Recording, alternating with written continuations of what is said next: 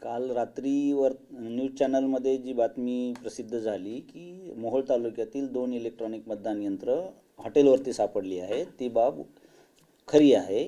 परंतु ती मशीन्स ज्या पद्धतीने आरोप करण्यात आले स्थानिक नागरिकांमार्फत किंवा तिथं उपस्थित असलेल्या व्यक्तींमार्फत की हे गैरप्रकार करण्यासाठी घेऊन जाण्यात येत होत्या, यामध्ये जराही तथ्य नाही. ही आमची राखीव मतदान यंत्र आहेत जे मोहोळ तालुक्यामध्ये जवळपास 30 झोनल अधिकारी असतील, तर अशा प्रत्येक झोनल अधिकाऱ्याकडे 2च्या संख्येनं आम्ही त्यांच्या कार्यक्षेत्रात अचानकपणे कुठली मशीन बंद पडली तर वापरता यावी या कारणासाठी दिलेले असतात. सो ही राखीव मतदान यंत्र जेव्हा झोनल अधिकारी आमच्या साहित्य स्वीकारण्याच्या केंद्रावरती उपस्थित झाले, त्यावेळी त्यांनी इतर कामकाज करत असताना ड्रायव्हरच्या अनावधानाने ड्रायव्हरच्या लक्षात ते आलं नाही की गाडीमध्ये मशीन्स तशाच आहेत आणि आपले निवडणूक कर्तव्य संपलं आहे असं समजून ती व्यक्ती वाहन आपले घरी घेऊन गेली आणि त्या मशीन्स तशाच वाहनात राहिल्या. क्षेत्रीय अधिकाऱ्यांना जेव्हा आमच्या निवडणूक निर्णय अधिकाऱ्यांनी संपर्क साधला की तुमचे 2 राखीव मशीन्स जमा झालेल्या नाही आहेत, त्यावेळी त्यांनी त्यांच्या सहाय्यकाकडे चौकशी केली. तेव्हा लक्षात आलं की सहाय्यकाने पण ते मशीन गाडीतून उतरून घेण्याचं विसरले आहे. वाहन चालकाशी संपर्क साधला असता ते वाहन एका ठिकाणी लावून आपल्या घरी निघून गेल्याचं आढळलं. वाहन मालकाशी संपर्क साधला असता त्याने वाहन कार्यालयाकडे घेऊन येण्यासाठी असमर्थता दर्शवली आणि त्यामधून त्यांच्या लक्षात असं आलं की वाहनांमध्ये आमच्या राखीव मशीन्स आहेत. त्या मशीन्स होत्या. त्या मशीनमध्ये कुठलंही मतदान झालेलं नाही आणि जसं कालच्या म्हणजे न्यूज चॅनलच्या प्रसारणामध्ये जे उपस्थित नागरिक होते, स्थानिक व्यक्ती होते, त्यांनी असं काही आरोप करण्याचा प्रयत्न केला की याच्यातून काही गैरप्रकार घडतोय का किंवा शंका व्यक्त केली. त्यांची शंका जरी रास्त असली तरी असा कुठलाही प्रकार या माध्यमातून घडू शकत नाही, घडलेला नाही असं मी आपल्याला सांगू इच्छितो. सर, खरं तर या अनुषंगाने या मशीन्स तेथे कशा गेल्या असा देखील प्रश्न उपस्थित केला. त्यानंतर त्या कुठेतरी घेऊन चालल्या होत्या असा देखील आरोप झालेला आहे. तर ज्यांनी आरोप केले त्यांच्याबद्दल काय स्पष्टीकरण, म्हणजे त्यांच्याशी काही संवाद झालाय का आणि पुढची काय प्रक्रिया त्या संदर्भात केलेली आहे? एक कॉमन माणूस साधारणतः अशा प्रकारच्या शंका व्यक्त करू शकतो. साधारणतः या 2 ठिकाणांमधलं म्हणजे आमचं साहित्य स्वीकारण्याचं अंतर आणि वाहनं ज्या ठिकाणी मशीन घेऊन असलेलं वाहन आढळून आलं त्यातलं अंतर साधारणतः 500 मीटर आहे. तिथे असण्याचं कारणही ज्या वाहनाचे मालक जे आहेत त्यांची तिथे एक हॉटेलच्या शेजारी असलेली टपरी होती आणि त्या ठिकाणी वाहन चालकाने वाहन लावलं आणि तो आपल्या घरी निघून गेला. कोणाला असं वाटणं आम्ही स्वाभाविक समजतो, परंतु तसा प्रकार नाही आहे हे प्रशासनाच्या वतीनं आम्ही ठामपणे सांगू इच्छितो. प्रशासन कुठेतरी लोकशाहीची थट्टा करते का असा देखील प्रश्न उपस्थित होतोय. कारण बारच्या शेजारी, हॉटेलच्या शेजारी जर ईव्हीएम मशीन राहत असतील तर अनेक प्रश्न जे आहेत त्या निमित्तानं उपस्थित होत आहेत. सर, आपण असं म्हणू शकतो, परंतु आमची ही जी निवडणूक प्रक्रिया आहे ती जवळपास 2700 मतदान केंद्रावरती राबवली जाते आणि त्यासाठी जवळपास 300 झोनल अधिकारी आमचे काम करतात. हा प्रकार ज्या क्षेत्रीय अधिकाऱ्यांच्या बाबतीत घडला ते साधारणतः 1 वर्षभरापूर्वी शासकीय सेवेमध्ये रुजू झाले आहेत असं कळालं. निवडणुकीचं त्यांना गांभीर्य नाही असं मी म्हणू शकत नाही. कुठेतरी संवादाचा अभाव त्यांच्या आणि त्यांच्या टीममध्ये आणि त्यांच्या वाहन चालकामध्ये होता, त्याच्यातून हा प्रकार खरं तर घडला. तो त्यांच्या निदर्शनासही आला. तो जर त्यांनी तात्काळ अधिकाऱ्यांना सांगितला असता तर दुसऱ्या वाहनांची व्यवस्था करून ती व्यवस्थित मशीन्स आमच्या कार्यालयाकडे घेऊन येता आलं असतं. पण त्यांना कदाचित असं वाटलं असावं की याचं जास्त चर्चा होऊ नये, मी माझ्या स्तरावरती ती वाहनं घेऊन येतो, म्हणून त्यांनी ती वाहनाच्या ठिकाणी पोहोचून त्या मशीन्स आणण्याचा प्रयत्न केला.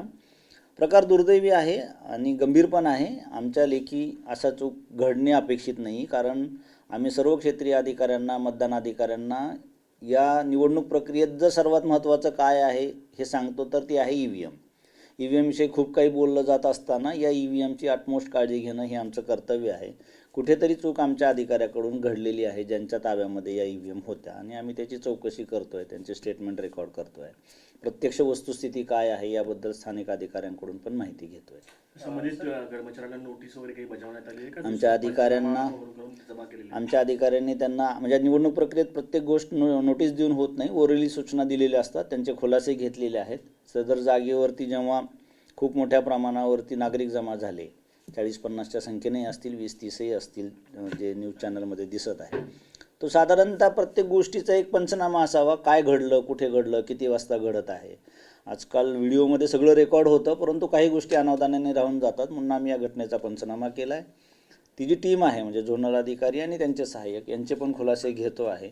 वाहन चालकांनी थोडासा हलगर्जीपणा जास्ती केला असं आम्हाला वाटतंय, तर आम्ही त्यांच्यावरती देखील कारवाई करतो. वाहन चालकांचा उल्लेख करता सर, पण जे वाहन आहेत ते खासगी वेंडर कडून तुम्ही म्हणजे जी. हस्तांतर केलेले पण त्या वेंडर वरती कारवाई करताय का कसं आहे नेमकं? आय डोंट थिंक की वेंडरची याच्यामध्ये काही चूक आहे. वेंडरला आम्ही काम दिलं आहे वाहनं पुरवण्याचं. आता वाहन ज्यांनी पुरवलं आहे ते निवडणूक कामासाठी पुरवलेलं असताना वाहन चालकाची ही जबाबदारी आहे की ज्या अधिकाऱ्यांसाठी ते वाहन दिलं होतं त्या अधिकाऱ्याच्या निर्देशाप्रमाणे वागणं. एखादा वेंडर त्याने जवळपास जर आम्हाला 300 वाहनं दिली असतील तर हे मॅनेज करू शकणार नाही की तो प्रत्येक त्यांचा वाहन चालक अशा अधिकाऱ्यांच्या सूचना पाळतोय किंवा नाही, हे मॅनेज करू शकेल. But we will be looking at that point also. या प्रकरणात एकंदरीत किती जणांवरती कारवाई वगैरे करणार आहेत काय? आमच्या लेखी झोनल अधिकारी दोषी आहेत, त्यांचे सहाय्यक दोषी आहेत आणि वाहन चालक दोषी आहेत. त्या मशीन्सचं आता काय करण्यात आलेलं आहे पुढं? हां, तिथं उपस्थित नागरिकांना याबद्दल आश्वस्त करण्यात आलं. आमच्याकडे या राखीव मशीन ज्या असतात त्याचं रेकॉर्ड असतं कार्यालयाकडे. त्यामधून देखील त्यांची खात्री करून देण्यात आली की या राखीव मशीन्स आहेत. त्या मशीनवर आपणही पाहिलं असेल त्याला ॲड्रेस टॅग लावलेला असतो की ही कोणत्या निवडणुकीसाठी वापरली जाणारं मतदान यंत्र आहे, कधी वापरलं जाणार आहे, कोणत्या मतदान केंद्रावर वापरलं जाणार आहे का, तर त्याच्यावर राखीव लिहिलेलं असतं. असे लिहिलेले ॲड्रेस टॅग आढळलेले आहेत. ते आम्ही सुरक्षित पोलीस बंदोबस्तामध्ये आणलेले आहेत. तिथं उपस्थित असलेले काही स्थानिक राजकीय पदाधिकारी देखील त्यावेळेला उपस्थित होते. ते देखील त्या वाहनांच्या पाठीमागे म्हणा सोबत म्हणा आलेले आहेत. आणि आमचं जी स्ट्रॉंग रूमचं ठिकाण आहे शासकीय धान्य गोदाम, तिथंच वेगळ्या रूममध्ये त्या 2च इलेक्ट्रॉनिक मतदान यंत्र सुरक्षितरित्या आम्ही ठेवलेली आहेत. उद्या मतमोजणी होईल आणि त्या मतमोजणीमध्ये म्हणजे या मशीनच्या नंतर त्या सर्व मशीन नंतर एकत्र केल्या जातील. सो मशीन सुरक्षित आहेत, मशीनमध्ये कुठलंही मतदान झालेलं नाही. एक कॉमन मॅन म्हणून त्यांनी ती स्वाभाविक प्रतिक्रिया दिली असं आमचं मत आहे, पण ती चुकीची आहे असं आम्ही निश्चितपणे सांगू. दुसरा एक प्रकार सर माळशिरसमध्ये घडलेला आहे की एका उमेदवाराने स्वतःच्या मुलाला वोटिंग करायला लावल्याचा, त्या संदर्भात काय कारवाई झालेली आहे? सोलापूर जिल्ह्यामध्ये हे 2च इन्सिडन्स निदर्शनाला आलेले आहेत की ज्यामध्ये नियमाचं उल्लंघन झालं आहे. हा प्रकार देखील नियमांच्या उल्लंघनामध्ये मोडतो. तो त्या ठिकाणी देखील फोनशिरसमध्ये ही घटना घडलेली आहे. आणि मतदान केंद्रावरती नियुक्त पोलीस कर्मचारी यांची प्रथम चूक आहे असं आमचं मत आहे, कारण त्यांनी मोठ्या मुलांना मतदाराच्या सोबत आतमध्ये एंट्री देणं अपेक्षित नव्हतं. दुसरी चूक आमचं म्हणणं आहे की मतदान केंद्राध्यक्षांनी देखील केलेली आहे, कारण एखादी व्यक्ती मतदानाच्या गोपनीयतेचा भंग होईल अशा पद्धतीनं मतदान करू इच्छित असेल तर त्याला मतदानापासून रोखणे हे मतदान केंद्राध्यक्षाचं कर्तव्य आहे. ते रोखण्यासाठी पुन्हा त्यांनी पोलीस कर्मचाऱ्याचीच मदत घेणे अपेक्षित होतं. परंतु इथं देखील जो व्हिडिओ TV न्यूजमधून समोर आला आहे तिथं असा काही विरोध होताना दिसत नाही आहे मतदान केंद्राध्यक्षाकडून. उलट ती व्यक्ती मुलाला मतदान कसं करायचं हे पण समजावून सांगू शकते. इतक्या सहज सोप्या पद्धतीनं त्यांनी हे केलं आहे. तो प्रकार देखील चुकीचा आहे आणि त्याही प्रकरणामध्ये मतदारावरती कारवाई करत आहोत आज आणि संबंधित मतदान केंद्राध्यक्ष आणि पोलीस कर्मचारी यांच्यावर देखील कारवाई करीत आहोत. तिसरा एक प्रकार सर समोर आलेला होता मुळेगाव तांडा येथे ईव्हीएम मशीनच्या खाली खिळे लावून तिथे ठेवल्याचा प्रकार होता. तसा आरोप अपक्ष उमेदवाराने देखील केलेला आहे. या संदर्भात काही माहिती आहे आपल्याकडे? नाही, मतदान कंपार्टमेंटमध्ये मतदान केंद्राध्यक्षाला वारंवार जाता येत नाही. आम्ही जाऊ नये अशा सूचना आयोगाने दिलेल्या आहेत. त्यामुळे प्रत्येक वेळेस मतदान केंद्राध्यक्ष तिथे जात नाही.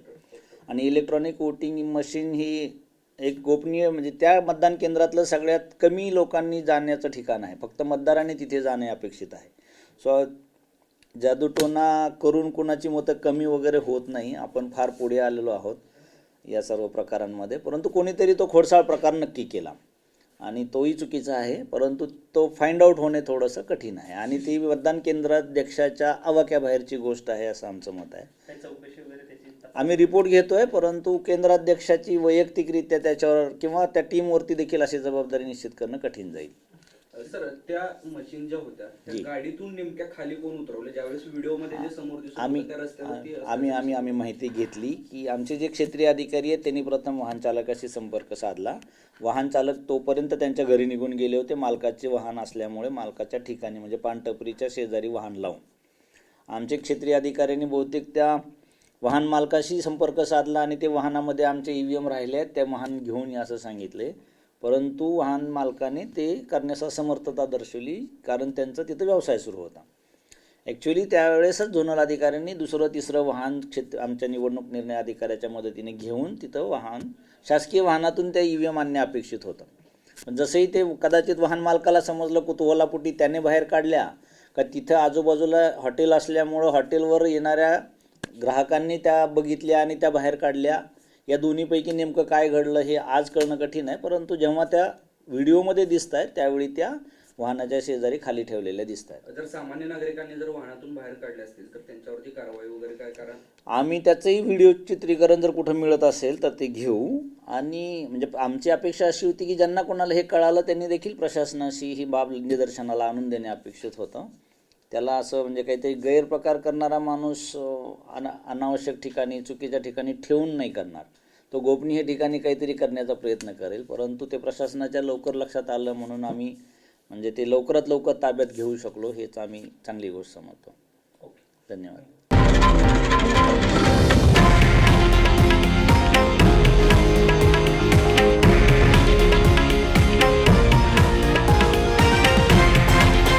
हे आहे देशातील नंबर 1 न्यूज नेटवर्क आणि आपण पाहत आहात TV9 मराठी, एकमेव.